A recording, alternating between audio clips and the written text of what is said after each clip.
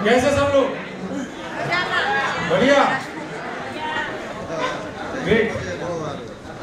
अभी क्या हो गया कि अभी तक सुबह से लेकर अभी तक है ना बहुत जबरदस्त सेशन चल रहा था। हेलो, सुन रहे हो ना? क्योंकि अभी कान वाला तकलीफ वाला रिपोर्ट तो आया नहीं है, तो अभी तक ये असर क्यों दिख रहा है? तो अभी खाने से पहले तक का जो भी सेशन था हिरेन सर ने लिया, बहुत जबरदस्त सेशन लिया। उसके अंदर बहुत सारी चीजें जानने मिली आज हमें कि इतना सब कुछ हमारे शरीर में है, हमें पता ही नहीं था। सही है। और आकाश सर ने प्रोडक्ट का नॉलेज दिया, हमें कौन सी बीमारी में कौन सा प्रोडक्ट लेना है, किस तरीके से लेना है। अब उसके बाद क्या हो गया फिर? हेलो, उसके बाद क्या हुआ? फिर खाना हो गया। और खाना जहां हो गया ना वहां गड़बड़ दिक्कत आता है जब ट्रेनिंग सेशन चल रहा होता है तब। अब होगा क्या पता है? अब होगा क्या पता है? जो खाना खाया है ना, अब ट्रेनिंग चल रही होगी और ट्रेनिंग चलते चलते कई लोगों की फ्लाइट है ना वो टेक ऑफ होगी ऐसे करके। जहां बैठे हैं वहां से फ्लाइट टेक ऑफ होगी, राइट? अब फ्लाइट टेक ऑफ होगी, उसमें कोई दिक्कत नहीं है, लेकिन इतनी भी टेक ऑफ नहीं होनी चाहिए कि बगल वाले की गोद में जाके क्रैश हो जाए। तो खाना आप आई होप आपने ठीक ठाक खाया होगा, ठीक है? ओके, तो शुरू करते हैं। आज का एक पार्ट है मेरा और उस पार्ट के अंदर मैं कुछ चीजें आपको समझाऊंगा, लेकिन उससे पहले जो बताना चाहो अंदर से जो ना 3 दिन से हम लोग जो रिसर्च कर रहे हैं ना इसके ऊपर 16-16, 18-18 घंटे जो रिसर्च चल रहा है, उससे कसम से ऐसा फील होता है कि मल्टी स्पेशलिस्ट डॉक्टर बन गए बॉस हम लोग। और मेरा तो दिल करता है शाम तक किसी का ओपन हार्ट सर्जरी कर ही देता हूँ, किसी को चेक कर लेता हूँ हार्ट के अंदर क्या चल रहा है। इतना कॉन्फिडेंस आ गया। कई लोगों को 35 साल के हो गए तब पता चला, अच्छा 2 आंत आती है, पता ही नहीं था। एक बड़ी आंत एक छोटी आंत। बड़ी का क्या काम, छोटी का क्या काम, ये आज तक नहीं। आपको क्या लेना देना? हमारा काम क्या है? मेहनत करके 2 रोटी खाना, बाकी सब उन लोगों का काम है ना। हेलो, समझ में आ रहा है? तो वो अंदर सिस्टम सब काम कर रही, लेकिन आज तक हमको पता नहीं था, राइट? अब मेरी बात करो दोस्तों, मैं ना ये जो मशीन है ना, ये मशीन ये 2014 में सबसे पहले मशीन इंडिया में लाया था। और ये मशीन कई सारी कंपनीज को सप्लाई करने का काम था। जो लोग मुझे जानते हैं, जो पहले से उनको आइडिया है कि मैं इससे पहले क्या काम करता था और मैंने 7 साल कौन सा काम किया है, तो कई सारे ऐसे मशीन हिंदुस्तान के अंदर है ना, ये मैंने कई सारी कंपनियों को सेल किया। तब मशीन आता था 2G, 3G, 4G। वो मशीन आता था जो बॉडी को 30 उसमें 20 रिपोर्ट निकलते थे, 25 रिपोर्ट निकलते थे। और इसका एक्सपीरियंस बहुत अच्छे टाइम से कि ये मशीन बहुत अच्छे तरीके से चलता था। बीच में मशीन कहीं खो गया क्योंकि उसके अंदर इतना अपग्रेडेशन आया नहीं। आज भी इंडिया में जब घूमता तो पता चलता है कि इंडिया के अंदर आज भी ऐसे मशीन कई सारे कंपनी के लीडर लेकर बैठे और बिजनेस कर रहे हैं। और उनके पास जो मशीन है ना वो शायद 7G या 8G। और यहाँ पर आज आपके सामने छोटी सी सूटकेस जैसा दिख रहा है ना मशीन, ये 23rd जनरेशन वाला मशीन है, एकदम लेटेस्ट, एकदम लेटेस्ट।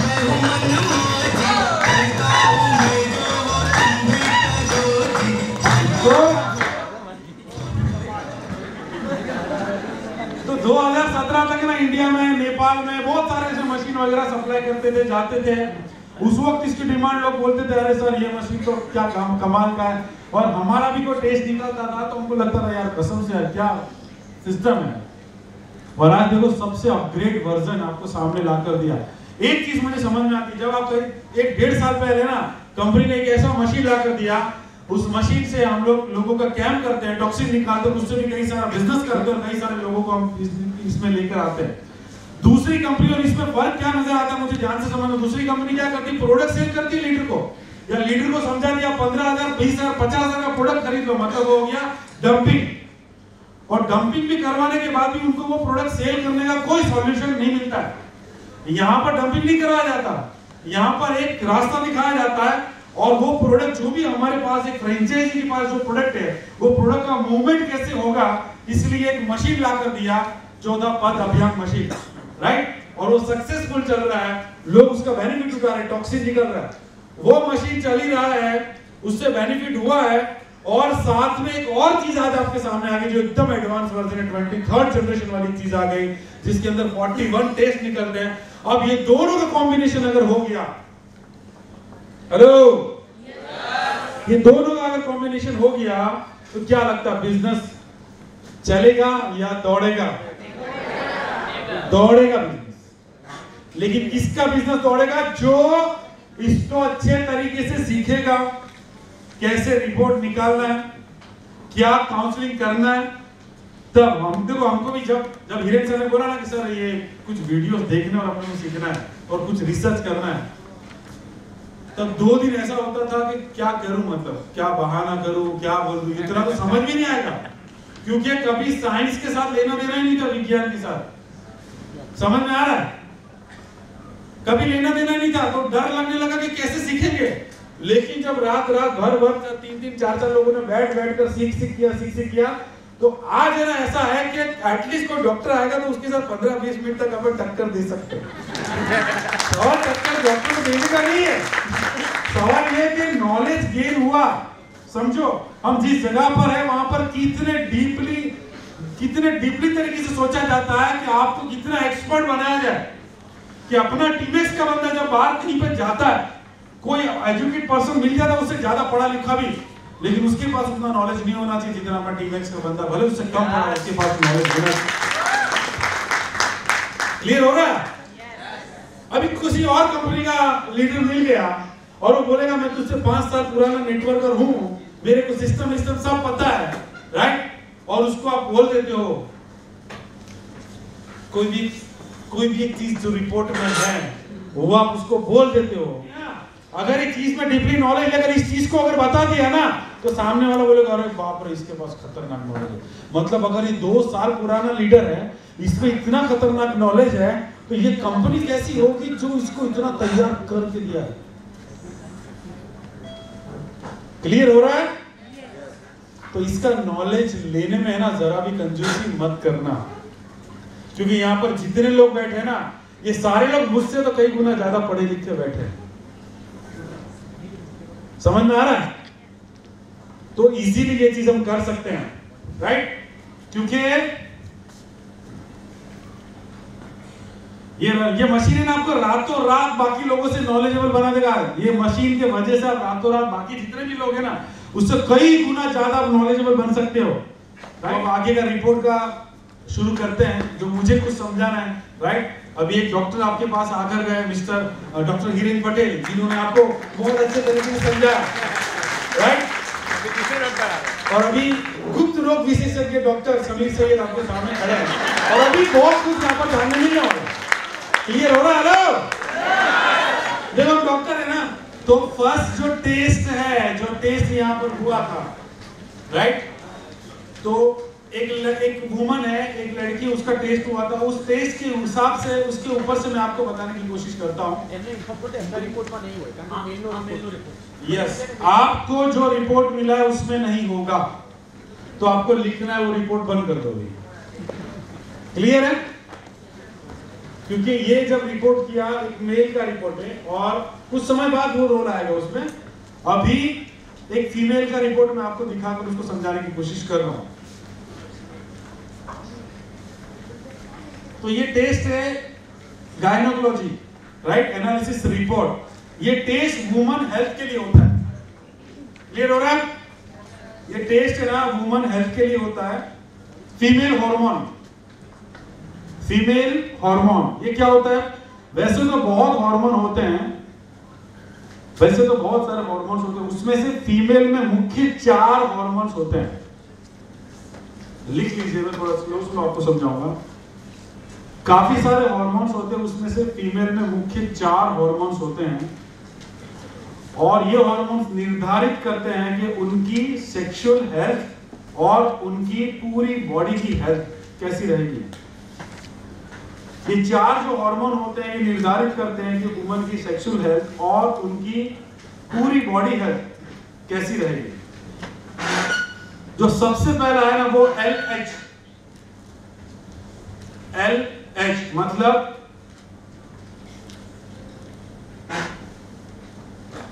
ल्यूटिराइजिंग हार्मोन। इसमें नहीं होगा, आपको लिखना पड़ेगा। ल्यूटिराइजिंग हार्मोन। सेकेंड जो है ना वो FSH, F for fan, S for son, H for horse. FSH मतलब follicle stimulating hormone, follicle stimulating hormone. और जो चौथा होता है वो होता है एस्ट्रोजन, STROGEN, एस्ट्रोजन। देखो इंग्लिश पे मत जाना, स्पेलिंग लिख लेना, क्योंकि 1993 में सर ने मुझे इंग्लिश छोड़ने पे मजबूर कर दिया था, जिसके वजह से मैं इंग्लिश में नहीं सीख पाया। क्योंकि सर ने बोला था 9th में तू इंग्लिश लेगा तो 10th में इंग्लिश तुझे नहीं दे सकते, वरना तू फेल हो जाएगा। तो उस हिसाब से सर ने मुझे नहीं दिया था। मेरी कोई गलती नहीं थी, सर की गलती थी। तो मेरे क्या बोलता हूँ उस पर मत जाना। अगर मैं फुटूरे बोलता हूँ तो उसका मतलब फ्यूचर आप समझ सकते हैं, ठीक है। उस स्पेलिंग पे जाना है ना, क्योंकि हम लोग भी अभी नए नए डॉक्टर बने हैं। अभी 2 दिन पहले हमने एडमिशन लिया था और आज ही हमने MBA क्या किया है। फोर्थ है प्रोजेस्टेरोन। प्रो लिखो, PRO, प्रो मैक्स सब आता है ना, वो वाला प्रो आगे। और JUSTIRON, JUSTIRON।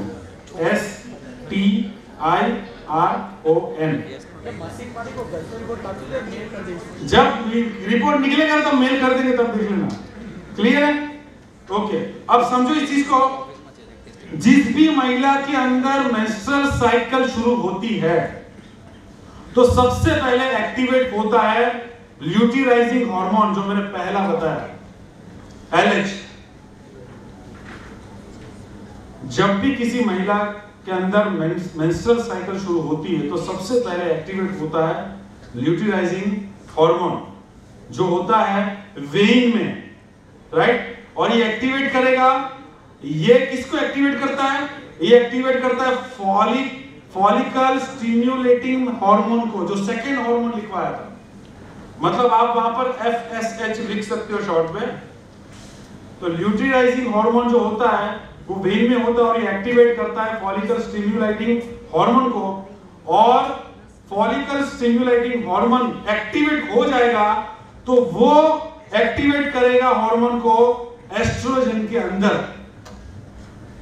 एस्ट्रोजन के अंदर वो हार्मोन को एक्टिवेट करेगा और वो एक्टिवेट करेगा प्रोजेस्टेरोन को। क्लियर हो रहा है? ये 4 चीजें जो मैंने लिखा है, राइट। इसकी जूम मीटिंग है ना, कंटिन्यू चलते रहेगी, इसलिए अगर नहीं समझ में आया, छूट गया तो टेंशन मत लेना, अभी जितना समझ में आया उतना आप लिखो, राइट। तो ये चारों हार्मोन मिलकर महिला के संपूर्ण स्वास्थ्य को बनाने में मदद करते हैं। ये चारों 4 हार्मोन्स मिलकर महिला के संपूर्ण स्वास्थ्य को बनाने में मदद करते हैं। ओके। अगर इन हार्मोन में से कोई भी प्रॉब्लम आएगा, अगर इन हार्मोन में कोई भी प्रॉब्लम आएगा तो बहुत सारे प्रॉब्लम हो सकते हैं। मेंस्ट्रुअल साइकिल में, ब्लीडिंग में प्रॉब्लम हो सकता है अगर ये हार्मोन्स के अंदर कोई भी प्रॉब्लम आता है, 4 हार्मोन्स के अंदर, राइट। अब जो FSH और LH, क्या नाम है उसका? FSH का फॉलिकल स्टिम्युलेटिंग हार्मोन और दूसरा है ल्यूटिराइजिंग हार्मोन, राइट। अगर कम हो जाते हैं तो इसके आगे का जो प्रोसेस है, जो अंडा बनता है एक महिला के अंदर, राइट, और जो तैयार होता है फर्टिलाइजर के लिए, उसमें प्रॉब्लम आ सकती है। क्लियर हो रहा है? ओके, आगे बढ़ो। अगर ये रिपोर्ट में मात्रा कम आती है, अगर ये रिपोर्ट के अंदर फीमेल हार्मोन्स के अंदर अगर मात्रा कम आती है तो मेंस्ट्रुअल साइकिल में प्रॉब्लम आती है, टाइमिंग में प्रॉब्लम आती है। अगर ये ज्यादा हो जाए तब भी प्रॉब्लम आती है। अगर ये कम है तब भी प्रॉब्लम हो सकती है। अगर ये ज्यादा हो जाए, जैसे कम है कितना 3.296, मैक्सिमम कितना 8.846, अगर इससे ज्यादा हो गया तब भी प्रॉब्लम, इससे कम होगा तब भी प्रॉब्लम। तो ये नॉर्मल रहना जरूरी है। क्लियर हो रहा है? ओके। दूसरा क्या है? गोनाडोट्रोपिन। गोनाडोट्रोपिन GONADOTROPIN, मतलब वो हिस्सा जहां पर बनते हैं फीमेल हार्मोन। ये उस हिस्से की बात हो रही है जहां पर फीमेल हार्मोन्स बनते हैं, राइट? अगर ये मात्रा कम आती है तो महिला का हेल्थ प्रभावित होगा। अगर इसकी मात्रा कम आती है, 4.886 से कम अगर चली जाती है तो महिला का हेल्थ प्रभावित होगा और अंडा फर्टिलाइजेशन में प्रॉब्लम हो सकते हैं। क्लियर हो रहा है? ओके। इसके बाद है प्रोलैक्टिन। थर्ड जो टेस्ट है इसमें वो है प्रोलैक्टिन। ये हार्मोन मिल्क प्रोड्यूसिंग हार्मोन होता है। ये जो प्रोलैक्टिन हार्मोन है ना, ये मिल्क प्रोड्यूसिंग हार्मोन होता है। ये हेल्प करता है ब्रेस्ट डेवलपमेंट में। अगर इसकी मात्रा कम होती है तो महिला मिल्क प्रोडक्शन में कमी होगी। अगर प्रोलैक्टिन की मात्रा कम होती है तो मिल्क प्रोडक्शन में कमी होगी, दूध कम बनेगा और उसके ब्रेस्ट में कम डेवलपमेंट होगा। क्लियर हो रहा है? ओके। जो महिला शादीशुदा नहीं है और अगर उनमें प्रोलैक्टिन की कमी है तो उन्हें सेक्सुअल हेल्थ में प्रॉब्लम होगा और सेक्सुअल डिजायर में भी प्रॉब्लम होगा, सेक्सुअल डिजायर भी कम होगा। तो ये था प्रोलैक्टिन। और उसके बाद है प्रोजेस्टेरोन। समझ गए ना? हेलो, क्या मैं आपको समझाने में कामयाब रहा? गुड, ऐसे बने रहिए। ओके। तो जिस महिला में इसकी कमी होगी उसको गर्भधारण में दिक्कत आएगा, आ सकता है। आप लोग ऐसा बोलना था ना, आ सकता है। जिस महिला में इसकी कमी होगी उसको गर्भधारण करने में दिक्कत आएगी, उसे होगा बार बार मिसकैरेज, तो उन्हें गर्भपात का समस्या हो सकता है। क्लियर? अगर मात्रा ज्यादा है तो हार्ट के लिए अच्छा है, मात्रा कम है, अगर इसकी जो मात्रा है वो कम है तो गर्भ धारण करने में भी दिक्कत आएगा या गर्भपात भी करवाना पड़ता है, राइट? ओके। इसके बाद फिफ्थ है वेजिनिटीज कोएफिशिएंट। वेजिनिटीज कोएफिशिएंट, जब भी किसी महिला के योनि में, वेजाइना में संक्रमण होता है, राइट, उसको बोलते हैं वेजिनिटी कोएफिशिएंट, राइट? अगर ये मात्रा ज्यादा आती है तो वेजाइना इन्फेक्शन हो सकता है और वेजाइना इन्फेक्शन से डिस्चार्जिंग प्रॉब्लम होता है, इचिंग और वेजाइना में दर्द होता है। ये सारी समस्याएं रहती है एक महिला को।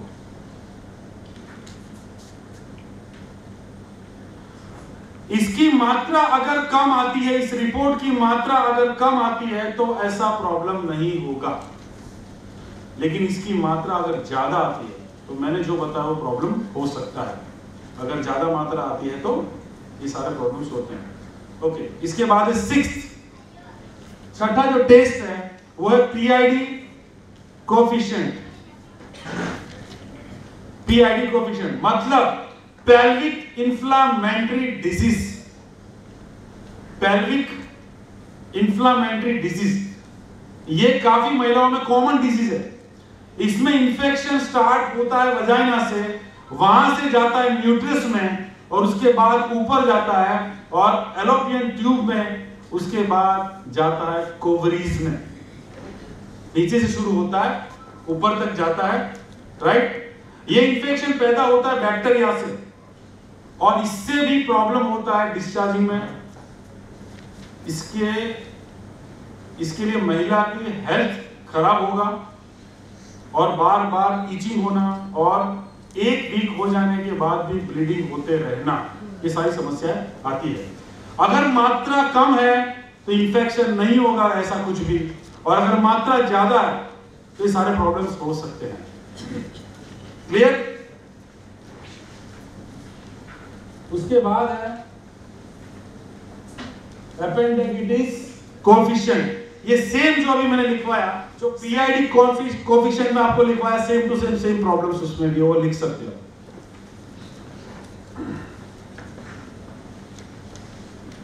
ओके, इसके बाद 8वां है cervicitis coefficient, CERVICITIS, right. Cervicitis coefficient मतलब यूट्रस के आसपास का इंफेक्शन। नॉर्मल दिनों में भी ब्लीडिंग होती है, इसमें इचिंग होती है, इरिटेशन, पेड़ों में दर्द होना, डिस्चार्जिंग प्रॉब्लम्स भी होता है। अगर मात्रा कम है तो अच्छा है, अगर मात्रा इसमें ज्यादा आती है तो प्रॉब्लम्स हो सकते हैं।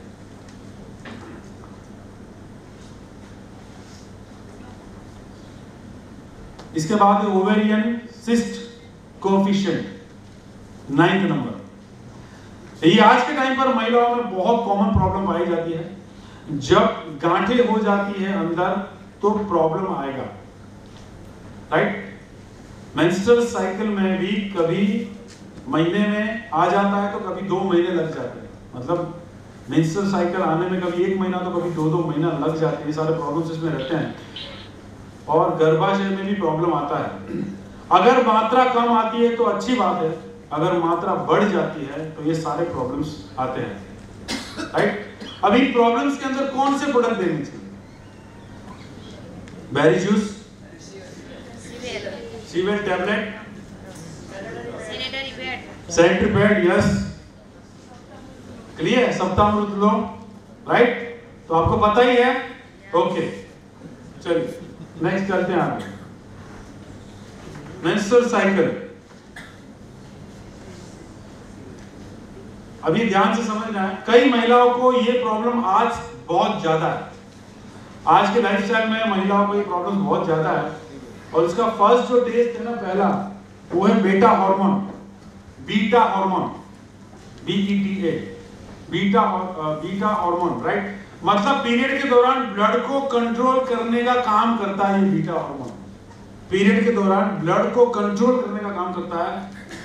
उसके बाद मात्रा अगर कम आती है, ये जो मात्रा है मतलब जो ये टेस्ट है, इसका रीडिंग कम अगर आता है, राइट, तो ब्लीडिंग में प्रॉब्लम आएगा।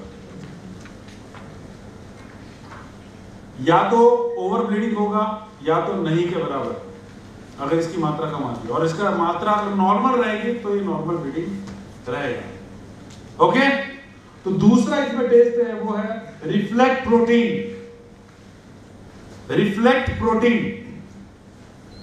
जब किसी महिला को पीरियड आते हैं और उसका टाइमिंग अगर ठीक है तो उसका रिफ्लेक्ट प्रोटीन सही है।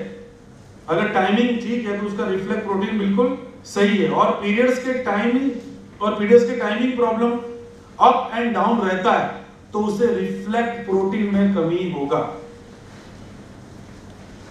पीरियड के टाइमिंग में प्रॉब्लम अप एंड डाउन हो रहता है तो उसे रिफ्लेक्टिंग प्रोटीन का कमी होगा, क्योंकि रिफ्लेक्टिंग प्रोटीन वो प्रोटीन है जो अंडा बनाने में हेल्प करता है। अगर इसकी मात्रा ज्यादा होगी तो गर्भ धारण करने में आसानी और अच्छा रहेगा। इसकी मात्रा अगर ज्यादा होगी तो गर्भ धारण करने में अच्छा रहेगा, राइट। अगर मात्रा कम होगी तो गर्भ धारण करने में प्रॉब्लम आएगी। और इसके बाद है फिब्रिनोजेन। क्लियर हो रहा है? ये हमारा एंजाइम है जो बनता है लीवर के अंदर। ये एक एंजाइम है जो लीवर के अंदर बनता है, और जो भी ब्लड के क्लॉटिंग बनते हैं, उसका जिम्मेदार होता है फिब्रिनोजेन, राइट। अगर मात्रा कम है तो पीरियड्स में ज्यादा ब्लीडिंग होगी, मात्रा कम है तो पीरियड्स में ज्यादा ब्लीडिंग रहेगी। अगर मात्रा ज्यादा है तो उससे कम ब्लीडिंग रहेगी, और अगर नॉर्मल होगा तो नॉर्मल ब्लीडिंग रहेगी, राइट। उसके बाद है fourth sedimentation rate. Sedimentation rate आप लिख सकते हो SEDIMENTATION, सेडिमेंटेशन रेट। अगर मात्रा ज्यादा आती है तो उससे इंफेक्शन का प्रॉब्लम हो सकता है पीरियड के समय। अगर मात्रा बहुत ज्यादा बढ़ जाती है, अगर मात्रा ज्यादा आती है तो उससे इंफेक्शन का प्रॉब्लम हो सकता है पीरियड्स में। और अगर मात्रा बहुत ज्यादा बढ़ जाती है तो उससे कैंसर हो सकता है। और अगर कम मात्रा में आती है तो ये अच्छी बात है। तो ये था मेंस्ट्रुअल साइकिल। और इसके बाद ब्रेस्ट एनालिसिस रिपोर्ट। ये रिपोर्ट बताते हैं कि महिला का ब्रेस्ट का हेल्थ कैसा है, महिला के स्तन का हेल्थ कैसा है। तो सबसे पहला जो टेस्ट है वो hyperplasia of mammary glands coefficient. सबसे पहला रिपोर्ट आप HOMGC लिख सकते हैं, मतलब स्तनधारी ग्रंथियों का गुणांक। Hyperplasia of mammary glands coefficient का मतलब होता है स्तनधारी ग्रंथियों का गुणांक, राइट। मात्रा कम है तो अच्छा है, अगर मात्रा ज्यादा होगी तो स्तन के अंदर गांठें बन सकती है, लेकिन वो नॉर्मल, उसको नॉर्मल कहा जा सकता है, राइट। सेकंड जो टेस्ट है वो है एक्यूट मेसेटाइटिस कोएफिशिएंट। एक्यूट मेसेटाइटिस कोएफिशिएंट मतलब जब किसी महिला को एकदम से स्तन के अंदर इंफेक्शन हो जाता है, उसके बारे में बात हो रही है। और ये इसलिए होता है कि महिला के स्तन के निप्पल के छिद्र से कोई बैक्टीरिया अगर अंदर एंटर होता है तो उसे कहते हैं एक्यूट मेसेटाइटिस कोएफिशिएंट। और इसे ब्रेस्ट इंफेक्शन भी माना जाता है, इसे ब्रेस्ट इंफेक्शन भी माना जाता है। इसमें क्या हो सकता है, गांठें बन सकती है या पस हो सकता है। पस समझते हो, पस गुजराती में क्या पस है, रसी, परु, राइट। तो गांठें बन सकती है या परु भी हो सकता है। ब्रेस्ट पर सूजन आ सकती है। अगर इसकी मात्रा ज्यादा आती है तो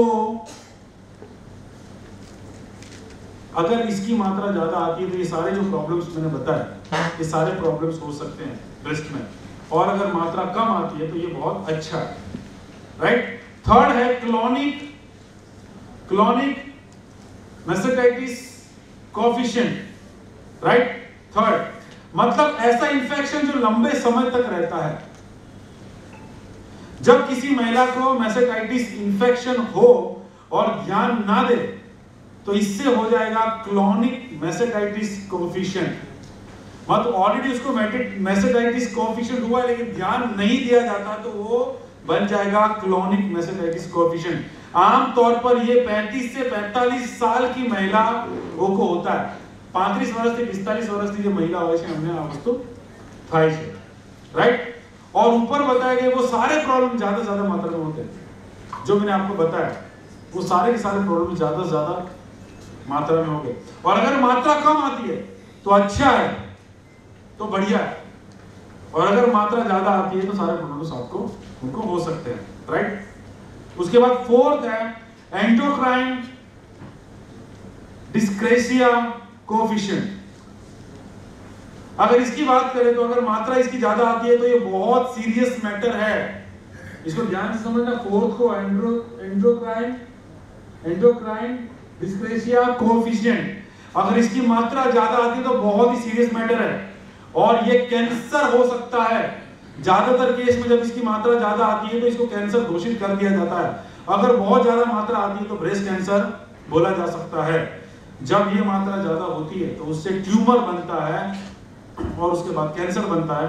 और मात्रा अगर कम आती है तो अच्छा है।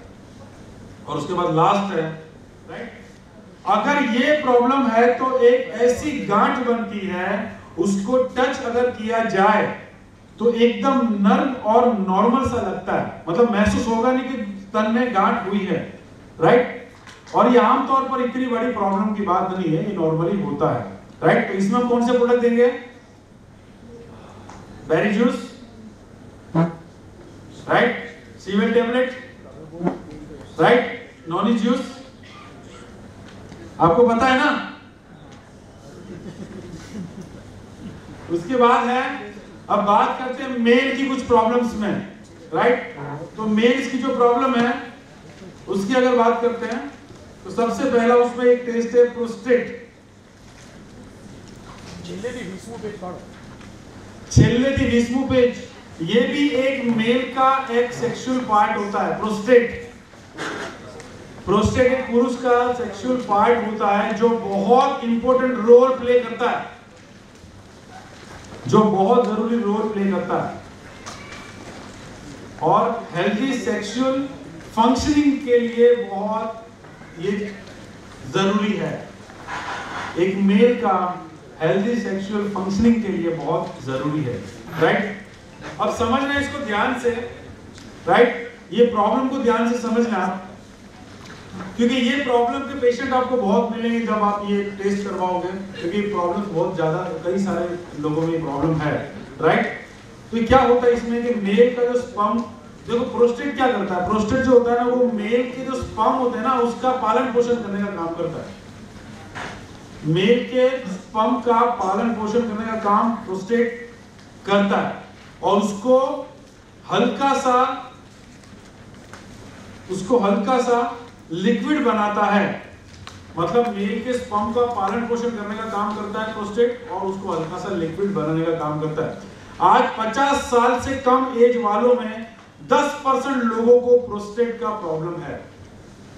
50 साल से कम एज वाले लोगों में 10% लोगों को ये प्रॉब्लम होता है। 50 से 65 साल के एज वाले जो लोग होते हैं उनमें से ये 30% लोगों को ये प्रॉब्लम बढ़ जाता है। 30% लोगों को प्रॉब्लम होता है जिनका एज 50 से 65 साल के आसपास है, और 65 साल के ऊपर जिनका एज है ऐसे लोगों में से 60% लोगों को ये प्रॉब्लम होता है।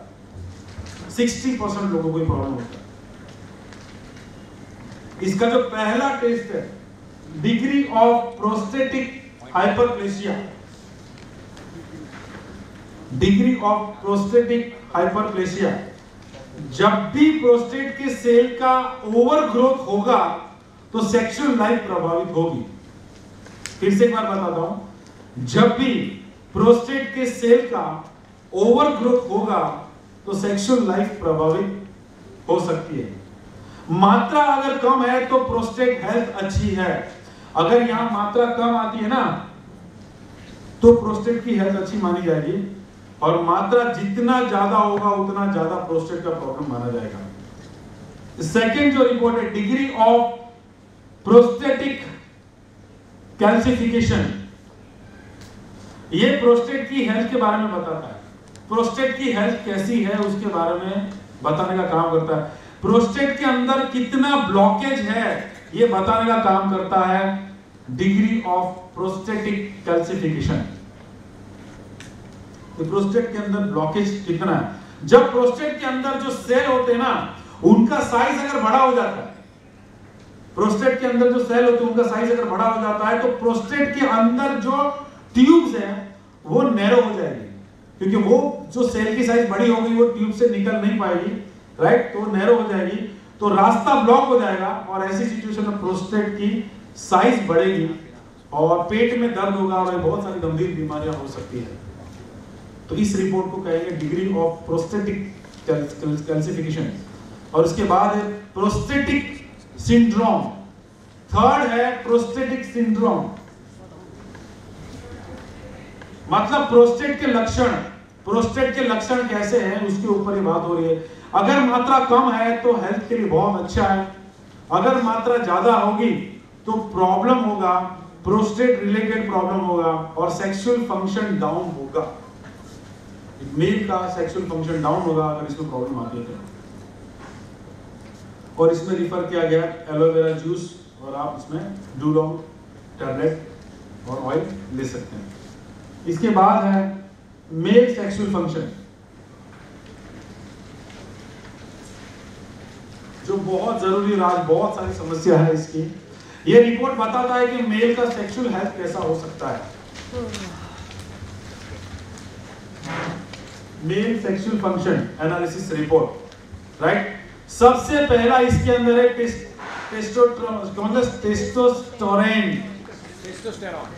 टेस्टोस्टेरोन, सही है।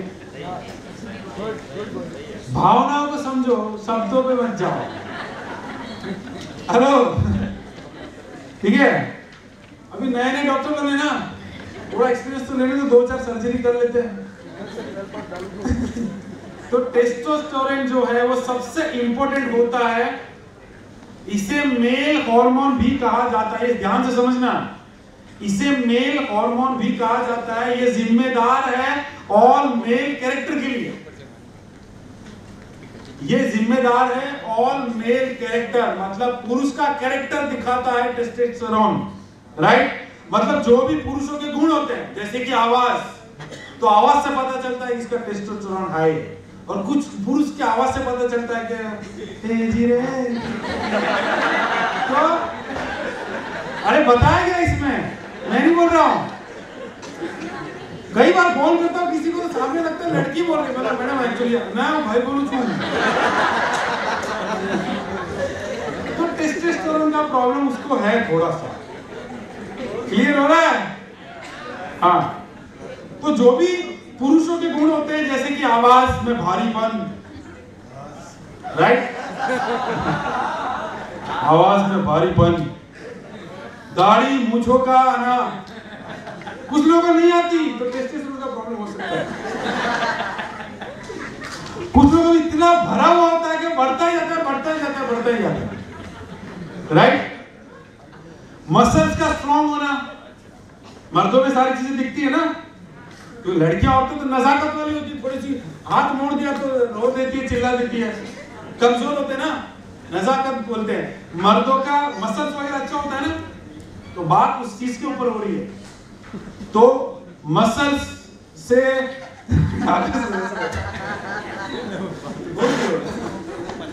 ओके। तो जो भी पुरुष का सेक्सुअल फंक्शन होता है, जो स्पर्म काउंट्स को इंक्रीज करता है और इरेक्शन को बेहतर करने का काम करता है और स्टेमिना को बढ़ाने का काम करता है टेस्टोस्टेरोन।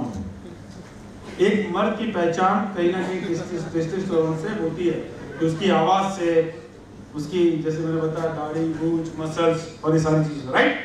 तो अगर मात्रा कम होगी तो ऊपर बताई गई चीजें बनेगी, जो मैंने बताया। मात्रा कम होगी तो क्या होगा?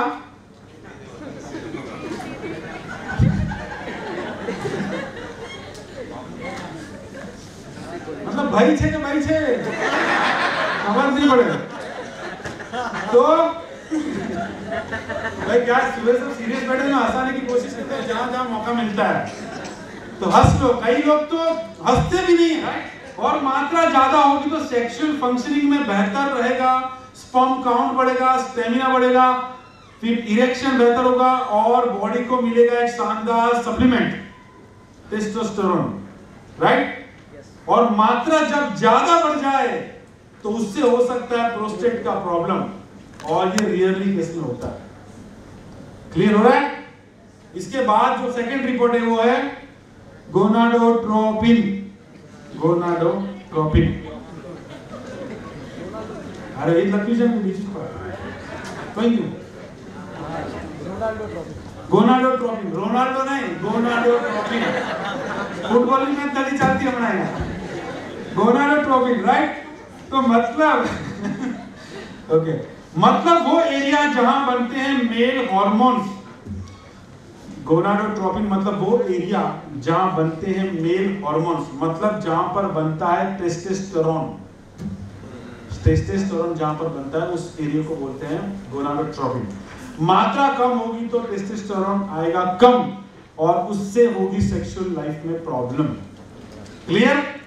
ओके। इसके बाद है इरेक्शन ट्रांसमीटर।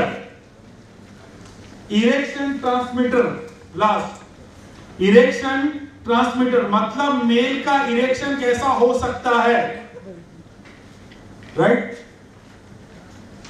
आता मैं लिखूं ना 500 ml 300 ml cold drink P है हमरा खबर पड़। मतलब मेल का इरेक्शन कैसा हो सकता है उसके बारे में बात करेंगे। मतलब अगर पेनिस में प्रॉपर इरेक्शन नहीं होगा तो सेक्सुअल परफॉर्मेंस डाउन होगा। अगर पेनिस में प्रॉपर इरेक्शन नहीं होगा तो सेक्सुअल परफॉर्मेंस डाउन होगा और जो एक्टिविटीज है वो भी प्रभावित हो सकती है। ओके, इसके बाद है, और यह प्रॉब्लम आज हिंदुस्तान के 30% से ज्यादा मेल के अंदर पाई गई है। और एक पुरुष के पेनिस में 170 से लेकर 200 ml तक ब्लड जाता है और तब होता है प्रॉपर इरेक्शन। एक पुरुष के पेनिस में 170 से लेकर 220 ml तक ब्लड जाता है तब जाकर होता है प्रॉपर इरेक्शन, राइट। आज खराब खान पान और खराब लाइफस्टाइल की वजह से बॉडी एक खराब एंजाइम बनाता है, बॉडी के अंदर एक खराब एंजाइम बन जाता है जिसके वजह से ये दिक्कत होती है और ये एंजाइम ब्लॉक कर देता है उस ब्लड को पेनिस तक पहुंचने में, जिसके वजह से इरेक्शन का प्रॉब्लम आ सकता है। अगर ऐसी कोई भी समस्या है तो दूल्हों अश्वगंधा ले सकते हैं, राइट। ओके, इसके बाद आखिरी sperm and semen.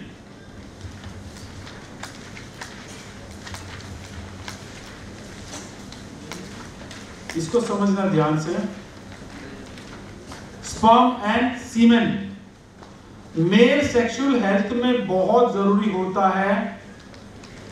Mail sperm and सीमेन की मात्रा मेल सेक्सुअल हेल्थ में बहुत ही ज्यादा जरूरी होता है। ये स्पर्म एंड सीमेन की मात्रा, किसी में इसकी क्वांटिटी और क्वालिटी कम होगी तो मेल इंफर्मिटी का प्रॉब्लम हो सकता है। किसी भी पुरुष में इसकी क्वांटिटी और क्वालिटी कम होगी तो मेल इंफर्मिटी का प्रॉब्लम हो सकता है, मतलब पुरुषों का बांझपन बोल सकते हैं, राइट, जो आजकल बहुत बढ़ गया है। अब समझना होगा, सीमेन पहला है सीमेन वॉल्यूम। ये क्या है सीमेन वॉल्यूम? मतलब जब एक मेल रिलीज करता है तो उसके अंदर स्पर्म और लिक्विड पार्ट हो जाता है, दोनों को मिलाकर बनता है सीमेन। मतलब जब एक मेल रिलीज करता है तो उसके अंदर स्पर्म और लिक्विड पार्ट जो होते हैं वो दोनों को मिलाकर बनता है सीमेन, उसको बोलते हैं सीमेन, राइट। एक हेल्दी मेल के अंदर 3 से लेकर 7.5 ml स्त्राव एक बार में रिलीज होते हैं। एक हेल्दी मेल के अंदर 3 से लेकर 7.5 ml स्त्राव एक बार में रिलीज होते हैं। अगर सीमेन की मात्रा कम है तो स्पर्म काउंट बहुत ही कम होंगे। अगर सीमेन की मात्रा कम है तो स्पर्म काउंट बहुत ही कम होंगे। अगर हम बात करें सीमेन वॉल्यूम की, अगर ये वॉल्यूम की बात लिखे ना यहाँ पर, तो आपको जानकर आश्चर्य होगा कि अगर हम बात करें सीमेन वॉल्यूम का तो 1 ml सीमेन वॉल्यूम में 20 मिलियन से लेकर 150 मिलियन स्पर्म होते हैं। मतलब 2 करोड़ से लेकर 15 करोड़ स्पर्म होते हैं 1 ml सीमेन में। अगर ये सही नहीं है तो पुरुषों में आएगा बांझपन, मगर अगर ये प्रॉपर नहीं है तो इंफर्टिलिटी में प्रॉब्लम आएगा, पुरुषों में बांझपन आएगा, राइट। सेकंड जो टेस्ट है वो लिक्विफाइंग टाइम,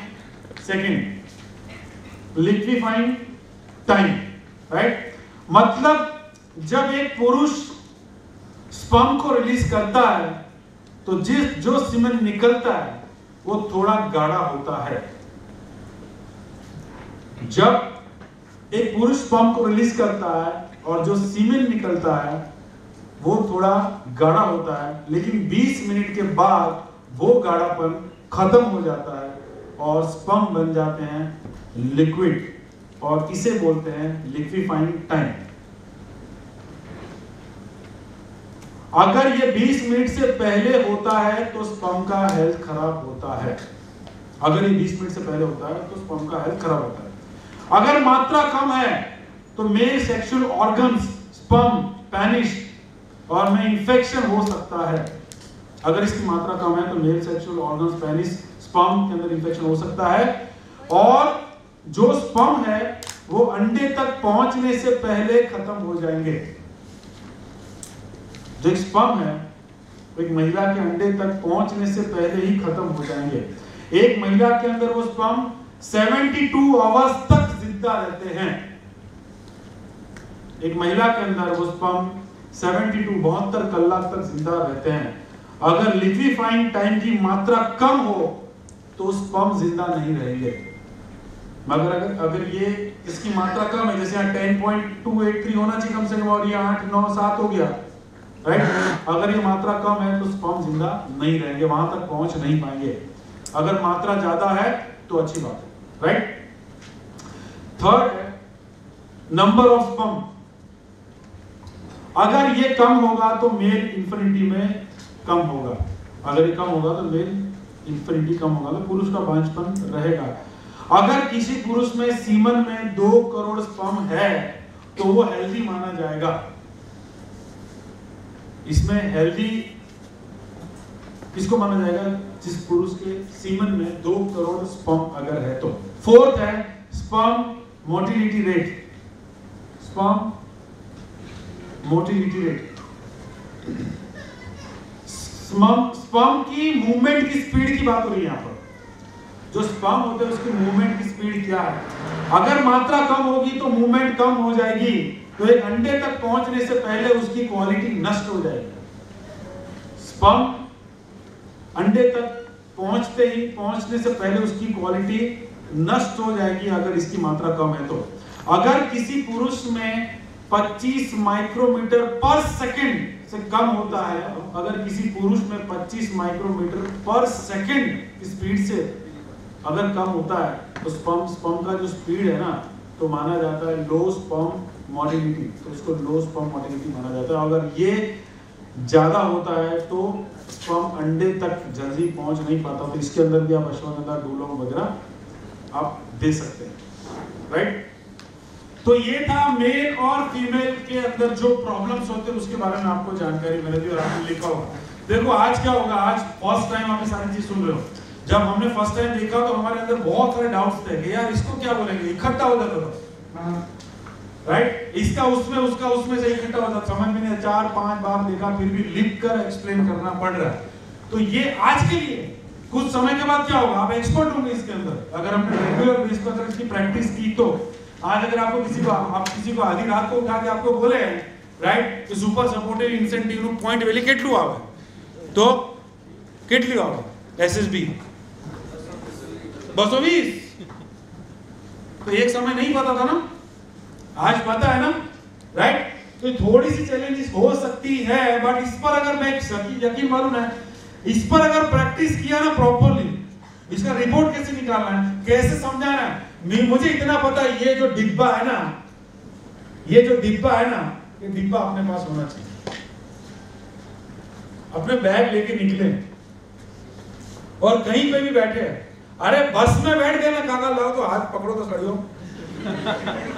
और हर जगह बिजनेस, ये एटीएम मशीन है, एनी टाइम मनी। ये एटीएम मशीन है अपना टीमैक्स का, समझ में आ रहा है? अभी बताएंगे इसके ऊपर क्या है, कितने में आएगा, वो सारी चीजें बताएंगे आपको, राइट। अब पूरा माहौल लेकर रिपोर्ट आपको निकाल देना है, मशीन ले जाके बैठ जाना। क्या लगता है, एक बार किसी का रॉड पकड़ा दिया और रिपोर्ट निकला कि इतना है, और 80% वो बोलेगा हाँ यार आमने थाई छे। क्या है, मशीन लेकर जाओगे तो बहुत सारे है ना ऐसे लोग मिलेंगे ना जो इसमें भी सवाल उठाएंगे। अरे वो तो पैदा हुआ, उसका भी सवाल अपने माँ बाप पे उठा रहा है, समझना। तो वो ऐसे बहुत सारे लोग हैं, समझो मेरी बात। अब ये मशीन उसने लिया और ये देखा और रिजल्ट आया और उसने बोला अरे आओ ना हो, आप બધું સેટ कर लो लैपटॉप में, आप બધું સેट कर लो। अच्छा मारो तो रिपोर्ट देखा जो 60% तो મળતું जुड़ता है। हेलो तो શું હતા આને 2 કિડની તો તાર 4 હોવી જોઈએ, હે આને કોઈ પાર્ટ છે તારે નહીં હોવો જોઈએ, એટલે હોવું જોઈએ यार। एक वस्तु समझो, समझाय છે? अरे मिलता जुलता तो आएगा ना, तो पहला આપણે अटैक करवानो, क्लियर।